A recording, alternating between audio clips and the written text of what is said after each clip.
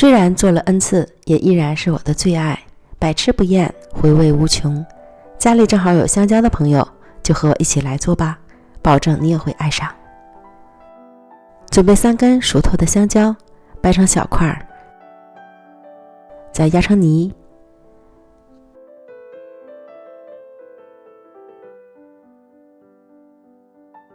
放一旁备用。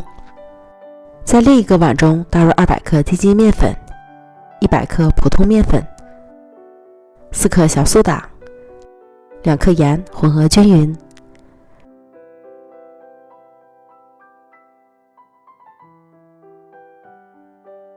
然后在大碗里倒入110克玉米油、40克零卡糖，搅匀。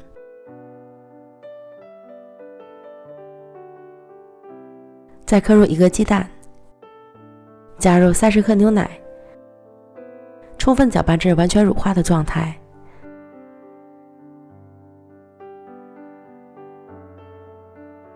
再加入香蕉泥，混合好的面粉，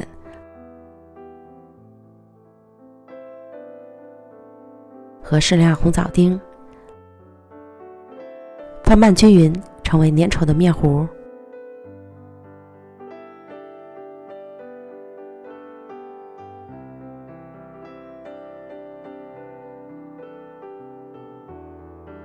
模具里刷油，方便脱模。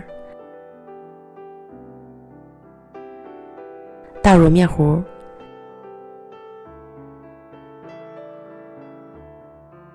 将表面抹平，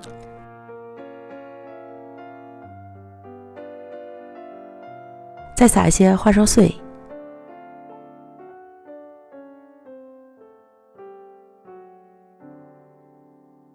送进预热好的烤箱，上下火175度烤50分钟，时间和温度要根据自家烤箱的脾气来调整。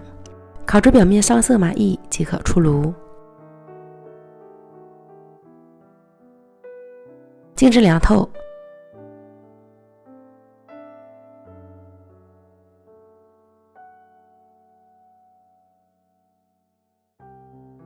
最后再切成小块，就可以开吃了。松松软软的香蕉红枣蛋糕，全程无需打发，一款简单到家的懒人蛋糕。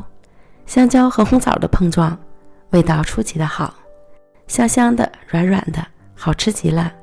吃过一次就会让人回味无穷，推荐朋友们一定要试试哦。